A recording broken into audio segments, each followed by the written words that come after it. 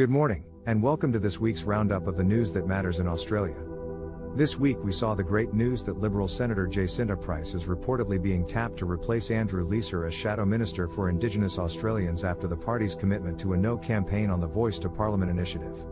On the other hand, Warren Mundine is reportedly organizing a This Is Not My Voice campaign and recruiting First Nations people from rural areas to be a part of it. In NSW, a vote recount in the suburban Sydney seat, Ryde, has confirmed Liberal candidate Jordan Lane as the new MP to replace outgoing Liberal Minister Victor Dominello. Lane edged out his rival, Labor's Lyndall Howison by a margin of 54 votes in the recount.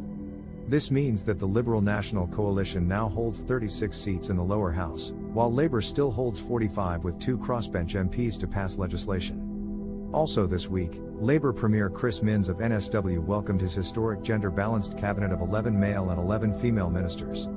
Representation of both genders in a cabinet is a huge step for gender equality, and for women in politics. We look forward to seeing what this week has to bring, and wish all the brave women in politics every success. But that's not all that's been making the news.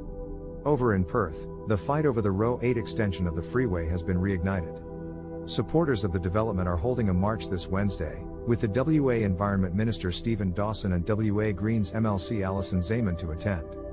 The Row 8 extension is a hot-button issue for local West Aussies, with both sides of the debate standing strongly by their position.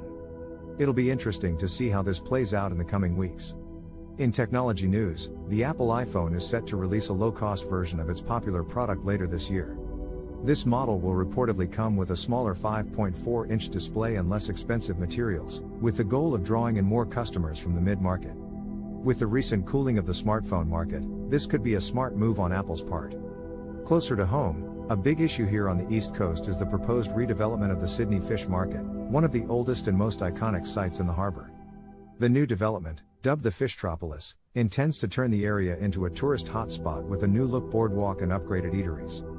The issue has caused a bit of controversy, however, with many locals concerned about the impact this will have on the surrounding environment. What do you think? Do you think the redevelopment will be a great benefit for the capital, or do you think this is a bad move for the local habitat? Finally, with more reports emerging about the impacts of the novel coronavirus, it's now more important than ever to take the necessary precautions to protect yourself and your loved ones. Be sure to wash your hands regularly and practice social distancing if you're out and about, and check in on family and neighbors who may be more vulnerable to the virus. That's all for today's roundup. Thanks for tuning in, and make sure to check out our other videos for more news and updates. Have a great day.